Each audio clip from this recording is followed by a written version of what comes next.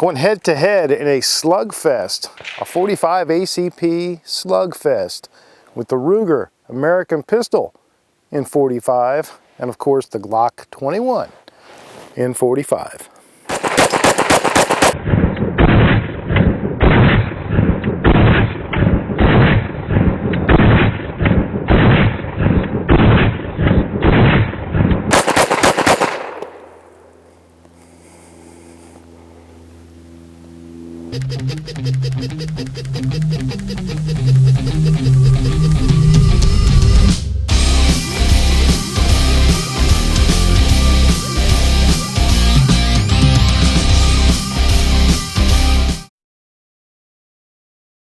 All right, let's shake off the cobwebs first with the Ruger American pistol 45 ACP. Magazine capacity is 10 rounds for the Ruger. It's 13 for the Glock, so obviously an advantage for the Glock there. Haven't shot this pistol in a little while, but it's still pretty new. I'm at 7 yards. Again, let's just sort of shake off the cobwebs. Remind myself where this thing likes to hold. It looks like a center hold.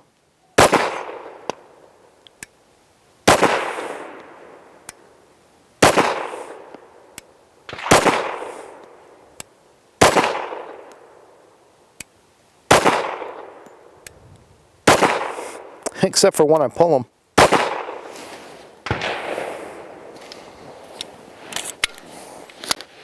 All right, I think I can do better than that. I think the pistol can do better than that.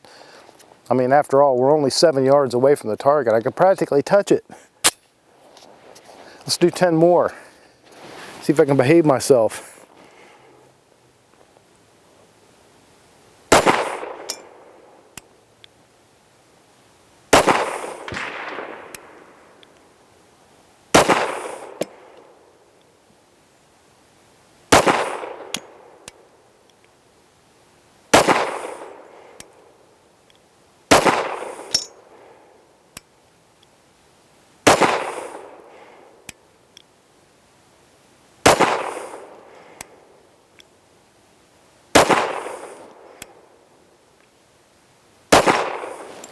Okay, looks like they really like that sort of 8 o'clock position on the orange dot.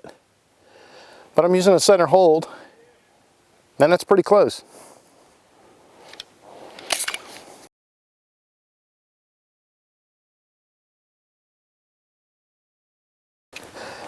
All right, up next, the Glock 21. I haven't shot this gun in a really long time. I don't shoot it very often, because this gun is a working gun. This gun stays on duty at home. This is the in case of emergency around the house gun. So it doesn't get out to the range all that often. Still at 7 yards. Now I'm going to presume that Glock is going to want a little more of a 6 o'clock hold. So I'm going to put that orange dot right on top of my front sight.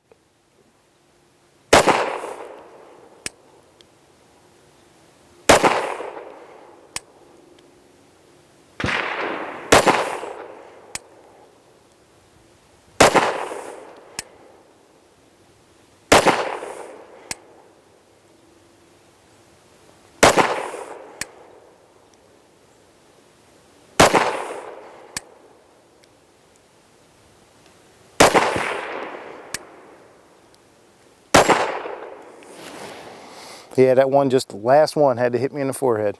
Typical Glock. That's not a bad looking group though, is it? All right, I shot 2 magazines from the Ruger, so I'm going to shoot 2 magazines from the Glock.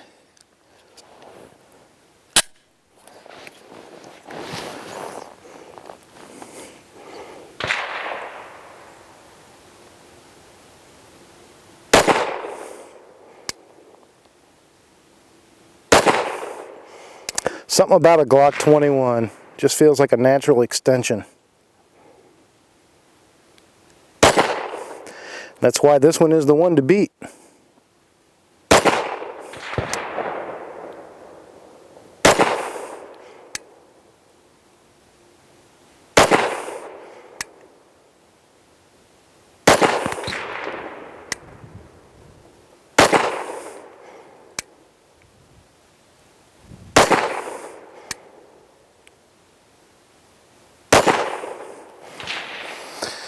Well, there you go. And from here, that looks like 20 rounds pretty much in one hole. All right, looks like the Ruger has got its work cut out for him if it wants to redeem itself. Okay, let's review some of the specs. Starting with price. Ruger American is a little less expensive than the Glock, but not by a whole lot. MSRP is $579. Of course, you know, depending on market conditions, you're going to find that likely a little cheaper at your local gun store. The Glock, anywhere from $625 to $650 is retail. This one has the night sights on it. I think I added the night sights actually after, but with night sights, you're going to definitely be on the high end of that. Again, market conditions, supply and demand, and all that. They're both 45, of course. They are both striker-fired pistols. Glock has its Glock safe action, and Ruger has a typical double action only, partially pre-charged striker system. The slide material is steel for the Glock, stainless steel for the Ruger. They're both coated with a black nitride finish. Glock no longer uses the Gen4 finish that they used to pre-Gen 4. Overall length is 8 inches even. For the Ruger, 8.03 for the Glock. I'd call that a wash. 5.7 inches tall for the Ruger. 5.47 inches tall for the Glock. So, again, 3 more rounds of capacity and a shorter pistol, height-wise. Thickness. Ruger publishes a number 1.05, and they specify that that's the slide. They don't really give an overall thickness for the pistol, so we're going to find that out ourselves. Glock 1.27 inches, and that's a pretty accurate number. Weight with an empty magazine is 31.5 for the Ruger, 29.3 for the Glock. Capacity, I talked about that already, just 10 for the Ruger, which is pretty much the standard for 45 ACP duty-sized pistols. Glock, 13. Ruger has those low-mount Novak sights, which are nice, good 3-dot configuration. They are not night sights. The Glock has the Glock night sights on it. Neither gun has an external safety. The Ruger is available with an external safety. This is the Pro configuration, which does not have it, nor does it have the magazine disconnect, and Glock is just laughing anytime you mention those kinds of silly things on a handgun. The grips are polymer, of course, for both guns. And as far as ambidextrous controls, the Glock has none. Yes, you can switch the mag catch to be left-handed, but that is not ambidextrous. The Ruger has an ambidextrous mag catch, and it has an ambidextrous slide stop. So it's ready to go with either hand right off the bat.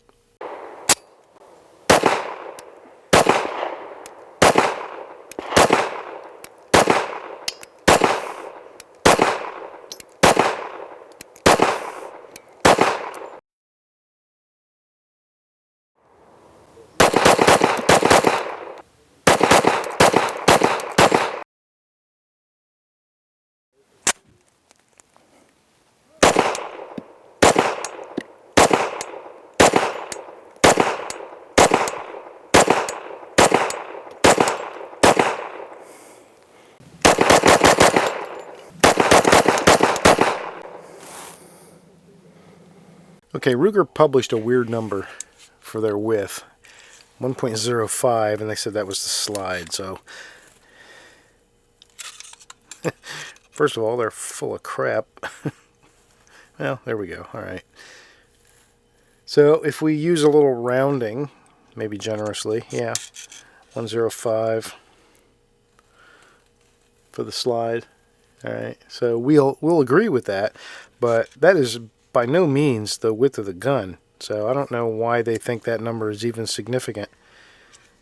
So let's go to what is most likely the widest part, and that's going to be here at the ambidextrous slide stop, and that is 1.395.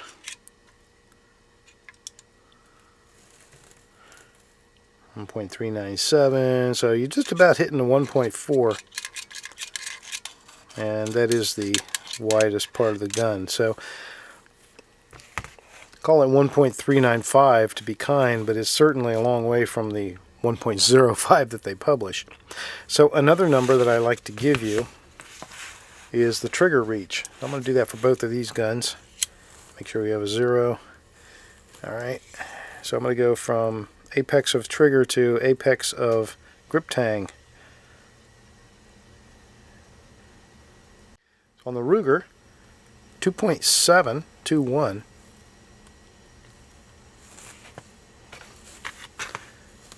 Let's reset the trigger on the Glock. So we're measuring the same thing. And on the Glock, whoa, it's going to be significantly different because, if you can see that, it doesn't even want to come close. So, pull our caliper out till we can get it on there. And we are now, let's go to where we're just touching, okay. Snugly touching, but not moving anything, and that is 2.861 for the Glock. So, a bit longer reach, and then in addition to that, here at the narrowest part, I'm going into the depressions for our thumb rest. Right, so I'm going into the narrowest part right here.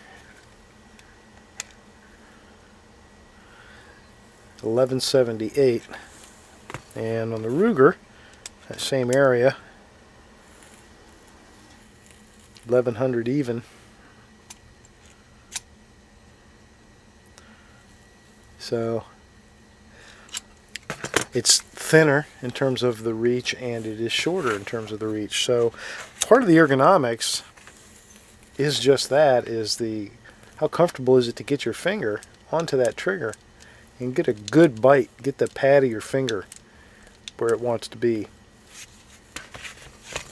With the Glock, of course this is a Glock 21, yeah, this is just about as big a Glock, well it is as big a Glock frame as there is. Okay, let's dial up the complexity a notch. I've moved back to 10 yards, freshened up the target. Start out with the Ruger. Do 10 rounds at 10 yards.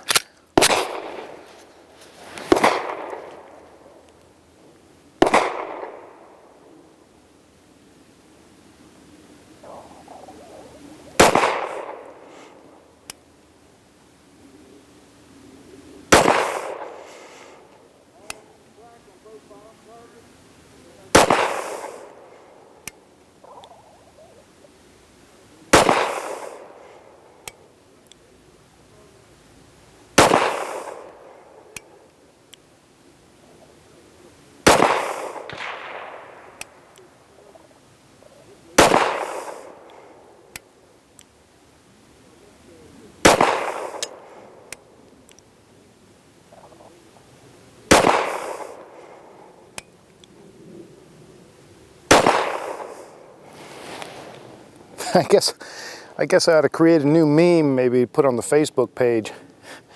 Yeah, that time when you shot better at 10 yards than you did at 7. But, you know, you slow down, you take your time, and that's what you can do. More importantly, that's what the Ruger can do.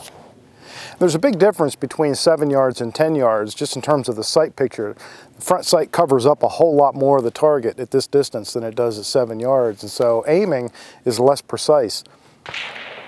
So it kind of forced me to concentrate a little more, and maybe that's a big difference, right? So, nice job by the Ruger at 10 yards. Let's see what the Glock does. Okay, same. 10 rounds, 10 yards, Glock 21.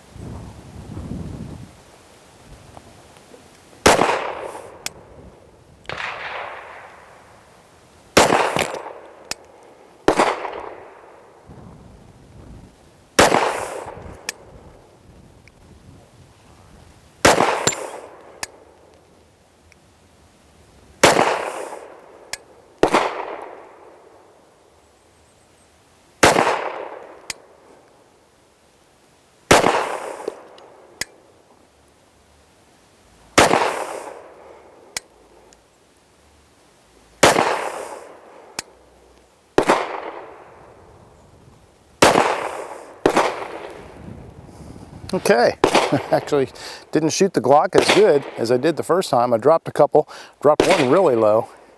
It's always an extra bonus if I learn a little something while I'm making one of these videos, and I definitely learned a little something about Glocks. I've always known, or I've always observed, on a Glock handgun, that the frame, the dust cover area, tends to bend upward as it comes forward to the end of the slide, to the end of the pistol, right? And that's pretty much every single Glock I own, and just about every Glock I've ever seen has that trait. If you can see, maybe get a little angle here where you can see what I'm talking about. But you can kind of tell by, of course, we know the slide is straight, and you can see the airspace here, and then you see it disappear as we go forward. All right, so that front polymer dust cover is kind of warped, I think. But it's every single pistol, every single Glock. And I've always said, yeah, whatever, no big deal. Doesn't affect anything. The gun obviously shoots just fine, and you can mount things like this Streamlight. You can mount laser devices or whatever you want to mount, and it's not a problem. Except during this session, I did want to try and do a little bit of just playing around with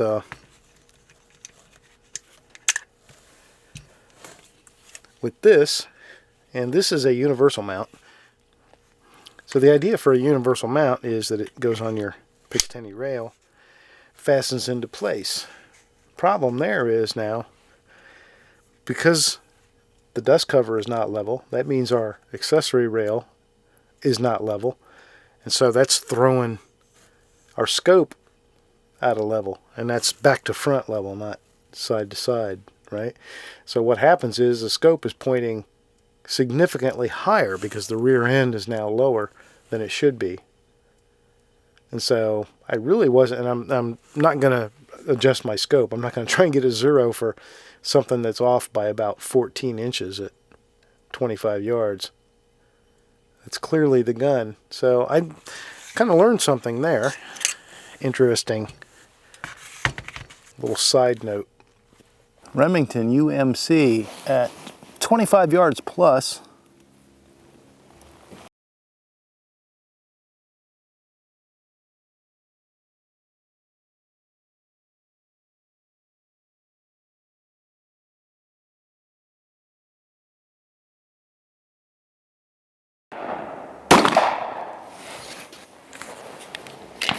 Alright, we'll try it now with the Glock.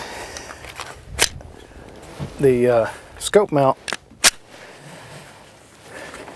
gives you a very, very high picture with this scope on a Glock. So what I'm going to do is, because I don't care about where I actually am aiming, I just care about a group. So I'm going to aim at the tape at the very tippity top of the target.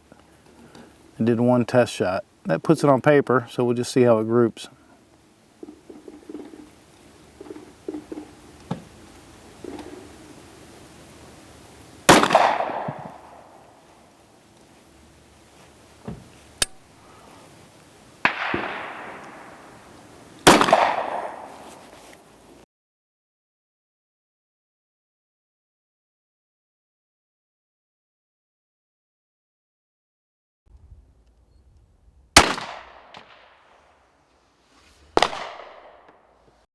Okay, I don't want to show footage of me shooting 25 yards at a target and then not show you the target. And I didn't have a camera on the target, but here they are. They are both pretty horrible, actually. So it was more of a exercise for me trying to get used to using that scope. And the one thing I learned is I definitely can't just perch the gun on the bag like that. I'm going to have to rest it in a proper V, which I'll do next time I take it out. But that's like a, you know, here's my 6-inch rule, so that's like a 5-inch, 4-inch, yeah, 5, call it 5. It's like a 5-inch group. That is the Ruger. So this is the one that the mount actually fit pretty well on, but it was just really jittery and jumpy. And then the Glock, I was actually holding my aim way up here. because of the way that adapter fits. And then again, there's the group is probably pretty much the same size. So they both shot the same size horrible group at 25 yards. One thing I do know, I know they can both do better than that.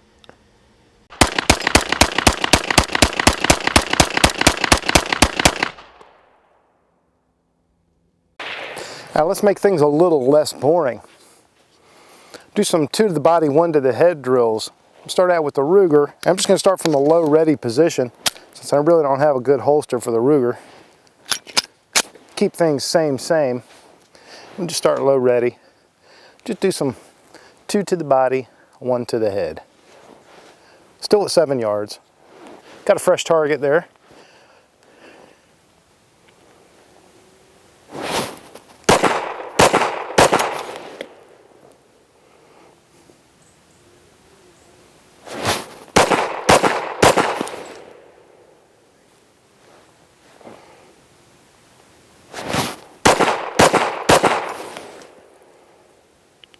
Probably got 1 round left, right?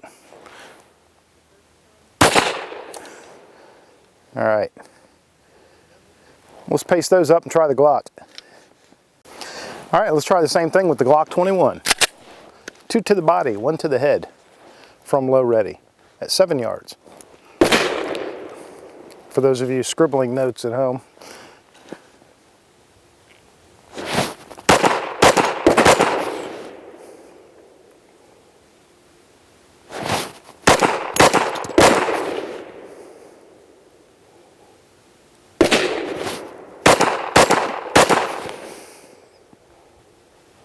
One left.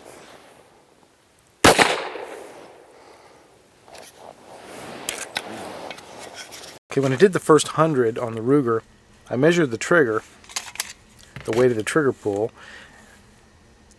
and it was about 5 pounds and 13 ounces. So just out of curiosity, a couple 100 rounds down the road, I wonder if it started to change any. So let's give it just a quick test and see.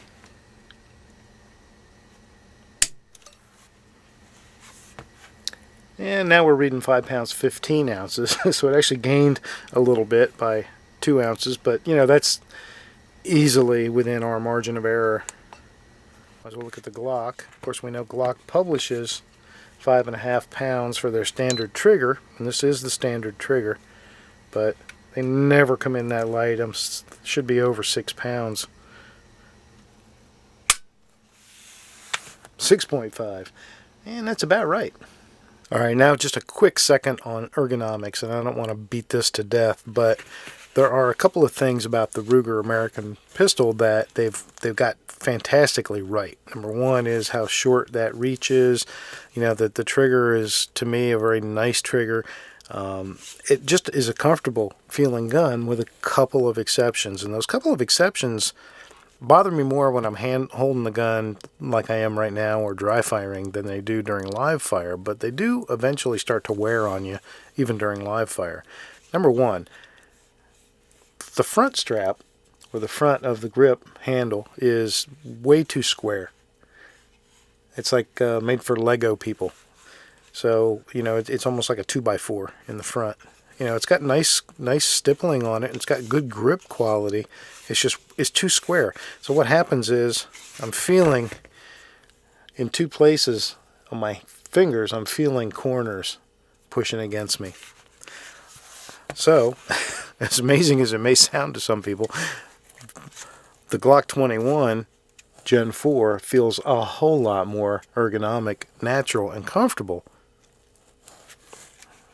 Even with the finger grooves that I know some people don't like, because they've rounded it off, you know, and I don't know, just, you know, that tiny little bit of extra width for the capacity of the magazine and rounding it off makes it feel a lot more comfortable. Now, the other thing that people had complained about before I ever got my hands on a Ruger American was this grip tang or beaver tail area and how it's a little rough on the thumb knuckle. And I had mentioned when I did my first 100 that I acknowledged that, but, you know, I'm kind of used to that because I have a medium-sized hand and a lot of guns will beat me there but just to show you the difference. And I think I've really looked at the gun and I've really thought about it, and I think it has more to do with this, just really a design element than anything that engineering wise. So that area on the Glock is 1075, let's call it 1 inch 75 thousandths. Same area on the Ruger,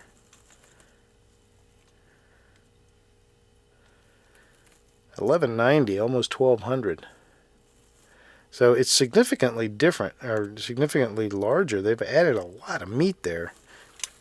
And you can just see, I think when you put the two side by side there, how much bigger that is. And in my opinion, unnecessarily so. All you need right there, unless they've got something going on, you know, with their trigger group in the back, which I've looked at, I don't think they do. All you need there is enough to hold your slide in place, and it looks like they, because of the design, they just went a little overboard. Would love to see them boat tail that a little bit. Bring that in. I think you'll make a lot of people happy. It's not a big deal for me. It's not a game changer by any means, but I don't know. And then, of course, lastly, one thing to compare is the Ruger you can take down a field strip without pulling the trigger to take the slide off. The Glock, of course, you cannot. You have to pull the trigger on the Glock to take the slide off. So if that means something to you, then that's important to know too. So it's January 1st, 2017, and it is a beautiful day here in the Mid-Atlantic. In fact, if you hear all the noise around me, you can see it's brought out all the fair weather shooters. So I'm going to save a lot of my discussion of detailed comparisons and you know, specifications and measurements and all that good stuff until I get back to the workbench where it's a little quieter. The Ruger American pistol and .45 ACP, which is the caliber to have, continues to impress me. It impressed me for the first 100, and I've put another 100 or so through it again today, and it has continued to perform extremely well. Shoots accurate. I haven't had any kind of problems, and you know, there's not a whole lot I don't like about it. There's a couple things I don't, probably things I've already mentioned, but I'll talk more about that in a bit. So I guess the big question is, has Ruger finally made a pistol that can compete legitimately with the big boys as far as duty guns and military guns go? I think they may just have with this gun.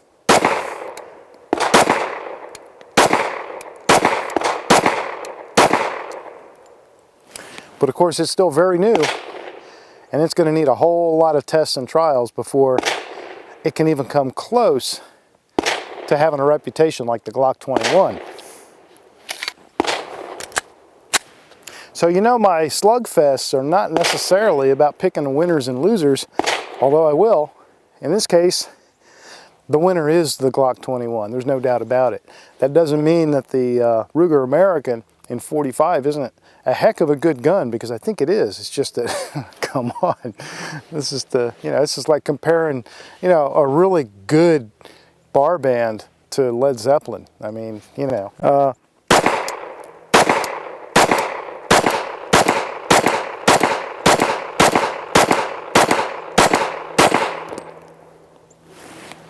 So if you were counting along with me, that was 13. And that is one huge advantage that the Glock 21 has over almost every full-size .45 out there. Capacity. Nobody but Glock seems to be able to squeeze 13 rounds into what is a pretty normal sized duty gun frame. Ruger American has that annoying squared off grip that I'm not real crazy about. Maybe Lego people like it, but I don't. And it does have that big thumb knuckle beater that was pointed out by several people. Military Arms channel especially. Can't deny that. But aside from that, the ergonomics are quite nice. It really could use a Talon grip. It would benefit greatly from a Talon grip because it's got a very smooth polymer finish and not a whole lot of stippling. I did reach out to the folks at Talon and asked if there was one available because I didn't see it listed on their website. Haven't heard anything from them, so I'm assuming it's probably not. But there's a little extra complexity here because of the way this grip goes together. I'll show you that in detail at the workbench. But it was an apples to apples comparison today in that respect because my Glock 21 also does not have a Talon grip on it. Why? I have no idea why.